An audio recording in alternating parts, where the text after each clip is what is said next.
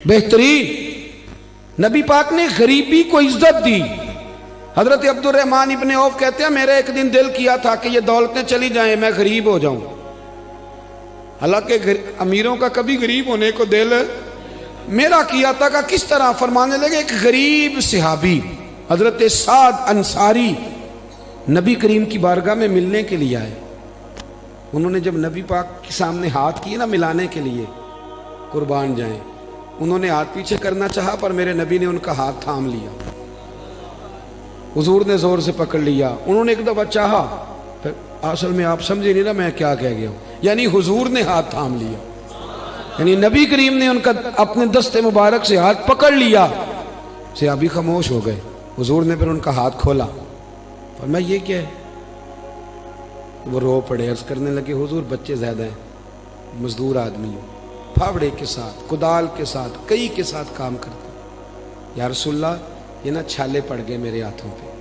حضرت عبد الرحمن ابن عوف کہتے ہیں کائنات نے دھرتی نے وہ نظارہ بھی دیکھا کہ جس رسول کے قدم چومنے کے لیے جبریل جھکے اس محبوب نے مزدور کا ہاتھ چومنا شروع کر دیا۔ فرماتے ہیں غریبی کو وہ عزت ملی کہ میرا بھی دل کرتا تھا غریب ہو جاؤں، دل کرتا تھا۔ یہ کس نے ذروں کو اٹھایا اور صحرا کر دی، یہ کس نے قطروں کو ملایا اور دریا کر دیا، یہ کس کی حکمت نے یتیموں کو کیا در یتیم اور غلاموں کو دنیا بھر کا مولا کر دیا۔ ہم نا اصل میں عزت نہیں دے پائے، ہم نے وہ جو سٹیٹس کا فرق رکھا ہوا ہے نا اس نے تباہی کر دی۔ نبی کریم کا انقلاب یہ ہے کہ اور حضور نے نا ایک اور بات بھی ذہن میں رکھی، نبی پاک صلی اللہ علیہ وسلم نے لوگوں کو بتایا ہے کہ گناہ ہوتا ہے، کیمرے لگانے سے گناہ نہیں ختم ہوتے، کیمرے لگانے سے گناہ نہیں ختم ہوتے، چوکیاں بنانے سے نہیں ختم ہوتے۔ گناہ تب ختم ہوتے ہیں جب احساس پیدا ہو جائے کہ یہ چیز غلط۔ میرے معاشرے میں گالی کو لوگ گناہ ہی نہیں سمجھتے، بالکل یہ تو کوئی جرم ہی نہیں، حالانکہ حضور صلی اللہ علیہ وسلم نے فرمایا مومن کو گالی دینا اعلانیہ فسق ہے، جو کسی مومن کو گالی دیتا ہے وہ اعلانیہ اللہ کی نافرمانی کرتا ہے۔ اب یہ کوئی گناہ ہی نہیں، اب 2 3 5 لطیفے جھوٹے سنا جانا یہ گناہ ہی کوئی نہیں۔ اور نبی پاک نے فرمایا مومن بزدل ہو سکتا ہے، کنجوس ہو سکتا ہے، پر میرا مومن جھوٹ نہیں بولتا۔ آپ سمجھے بات کو، ہمارے ہاں یہ معیار بن گیا کہ ہم نے گناہ کو گناہ نہیں سمجھا۔ نبی کریم نے نا انقلاب یہ برپا کیا کہ دلوں کے اندر سے نا میل کچیل نکال کے احساس پیدا کر دیا کہ گناہ ہوتا ہے۔ احساس، جب آپ کو احساس پیدا ہو جائے نا کہ مجھ سے، آپ یقین کریں مطلب موٹر سائیکل والے کو پجارو والا جب ٹکر مار دیتا ہے نا تو وہ گر جاتا ہے، تو وہ چونکہ پجاروں میں بیٹھے ہوتا ہے تو وہ الماری کھول کے یا شیشہ نیچے کر کے تو وہ اس کو کہتا ہے کہ اٹھ جا، کیا ہو گیا، مطلب تو دھیان سے نہیں چل رہا، موٹر سائیکل والوں نے تو خرید لی ہے یہ روڈ، کیونکہ وہ پجاروں پہ ہے، لہذا وہ غلطی بھی کرے تو پھر بھی وہ تسلیم کرنے کو تیار ہے۔ ایسے نہ ہو تو عقل بھی تو نہیں نہ ہوتی، جدے کر دانے ہو دے وہ دے کملے بھی سیانے۔ نبی کریم صلی اللہ تعالیٰ علیہ وسلم نے انقلاب برپا کیا کہ احساس پیدا کیا، غلطی کا احساس۔ بخاری میں حدیث ہے، حضرت ابو ہریرہ رضی اللہ تعالیٰ عنہ، حضرت انس بن مالک رضی اللہ تعالیٰ عنہ حدیث کے راوی ہیں، کہتے ہیں غامدیہ قبیلے کی ایک بی بی آئی حضور کی بارگاہ میں۔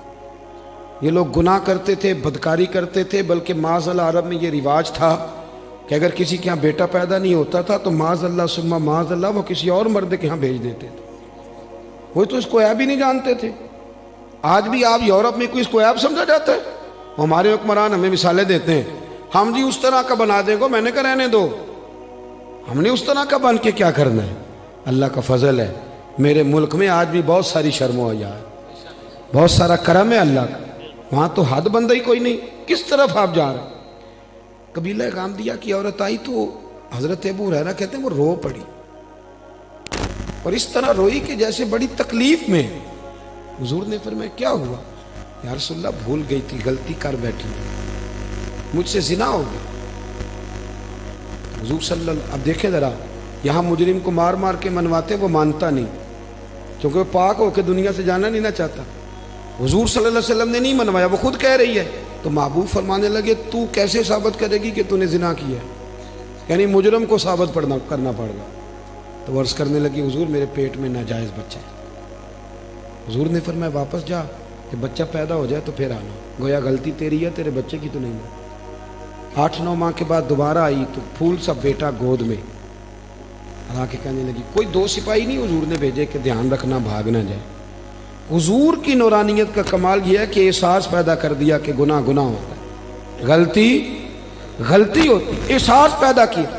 وہ آئی، یا رسول اللہ یہ بچہ ہے، نبی پاک صلی اللہ علیہ وسلم نے فرمایا اس کو لے جاؤ واپس اور دودھ پلاؤ، جب روٹی کھانے کے قابل ہو جائے پھر آنا۔ وہ گئی، 2 سال کے بعد آئی تو بچے کے ہاتھ میں روٹی کا ٹکڑا تھا اور رو پڑی۔ صاحب کنز الاموال نے لکھا رو پڑی اور عرض کرنے لگی یا رسول اللہ مجھے پاک کر دیں، حضور مجھے ساری رات نیند نہیں آتی، میں رو کے وقت گزارتی ہوں کہ اس حال میں مر گئی تو میں اللہ کی بارگاہ میں کیا منہ لے کے جاؤں، حضور مہربانی فرمائیں۔ یار یہاں لوگوں کو شعور ہی نہیں ہے، بڑے بڑے جرم لوگ اپنی چادر کے نیچے چھپائے پھرتے ہیں، پر احساس نہیں کہ ہم کسی طریقے سے اللہ رسول سے معافی لے لیں۔ یہ وہ انقلاب ہے جو میلاد والے رسول نے برپا کر دیا۔ اللہ اکبر۔ حضور نے ایک بچہ لے کے ایک صحابی کو دیا، فرمایا اس کی پرورش کرنا، اور پھر حضور نے لوگوں سے کہا کہ اسے پتھر مارو اور مار مار کے سنسار کر دو۔ حضرت انس بن مالک کہتے ہیں اسے پتھر لگ رہے تھے اور نبی پاک بے چینی کے ساتھ اندر ٹہل رہے تھے۔ جب اس کا انتقال ہو گیا تو نبی کریم علیہ السلام کو آ کے بتایا گیا حضور انتقال کر گئی۔ آپ فرماتے ہیں کہ کمال اس کے آگے ہوئی جب نبی کریم نے فرمایا جاؤ اسے غسل دو، کفن پہناؤ، جنازہ تیار ہو جائے تو مجھے خبر کرنا۔ کہتے ہیں جنازہ تیار ہوا تو محبوب فرمانے لگے صفے بناؤ بھائی میں خود جنازہ پڑھاؤں گا۔ بعد مرندے مکھڑا میرا ہو جاوے جے تازہ، پھر سمجھ لینا محبوب میرے نے آن پڑھے ہے جنازہ۔ فرمایا صفے بناؤ میں جنازہ پڑھاتا ہوں۔ حضور نے جنازہ پڑھایا تو حضرت انس بن مالک رضی اللہ تعالیٰ عنہ فرماتے ہیں جتنی دیر میں اونٹ ذبح کر کے کھال اتار کے گوشت بنا کے تقسیم کیا جاتا ہے اتنی دیر نبی پاک اس کے لیے دعائیں مانگتے رہے۔ ایک صحابی کی زبان سے نکلا یا رسول اللہ اس کے لیے جس نے ناجائز بچہ جنا ہے، حضور فرمانے لگے خاموش ہو جا، تم نے اس کا گناہ دیکھا ہے، اس کی توبہ نہیں دیکھی، اس کا احساس نہیں دیکھا، اس کے آنسو نہیں دیکھے؟ فرمایا اس نے تو ایسی شاندار توبہ کی ہے کہ اگر میں اپنی ساری امت میں بانٹ دوں تو اللہ سب کی بخشش فرما دے گا۔ جب تک کریم صلی اللہ علیہ وسلم نے نا غریبی کو عزت دے دی، وقار دیا۔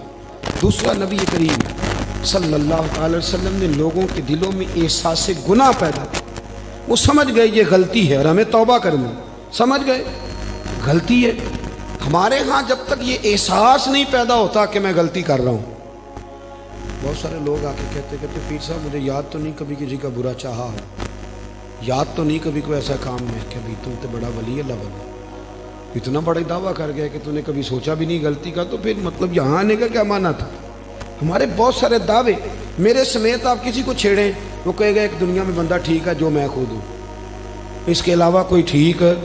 بلکہ بہت سارے لوگ تو کہتے ہیں جی میں چھوٹا تھا تو ابا جی کام نہیں کرتے تھے، بڑا ہوا تو بھائی نہیں کرتے، اور زیادہ بڑا ہوا تو بچے نہیں کرتے، یعنی ثابت کرنا چاہ رہے ہیں کہ ابے کو بھی روٹی میں نہیں کھلائی، میں نہیں پالا ہے۔ یعنی اپنے حق میں دلائل ہر وقت اپنے حق میں دلائل دینا بھی کوئی بات ہے بھائی؟ اپنے اندر اپنی غلطیوں کا احساس پیدا کر۔ تیسری بات میرے نبی کریم صلی اللہ علیہ وسلم نے نا رشتوں کے اندر رشتوں کا احساس پیدا کیا۔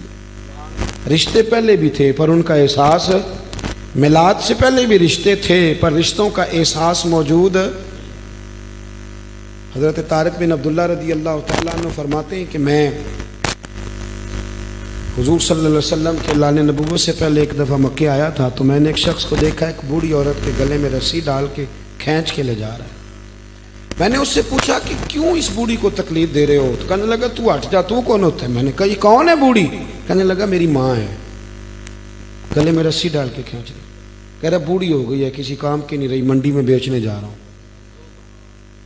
میں آج جب یہ ہم بات بیان کرتے ہیں تو ہمیں حیرت ہوتی ہے کہ نہیں؟ بولیے، یہ آپ چلے جائیں صرف 7-8 گھنٹے کی فلائٹ ہے، یورپ میں پہنچے، جا کے دیکھ لیں بچہ 18 سال کا ہوتا ہے تو ابے کو فارغ نہیں کر دیتا، وہ آج بھی کوئی احساس رہتا ہے؟ باقی کوئی ایسی ٹینشن ہو، اس پر سیمینار ہوتا ہو، اور ماں باپ بچوں کو نکال دیتے، کہتے بھی تیری 18 سال عمر ہوگی، اب تو نکل جا کے اپنا کچھ سوچ۔ اس کو ہمارے ہاں حیرت سے اس لیے دیکھا جاتا ہے کہ ہم میلاد والے رسول کے ماننے والے ہیں۔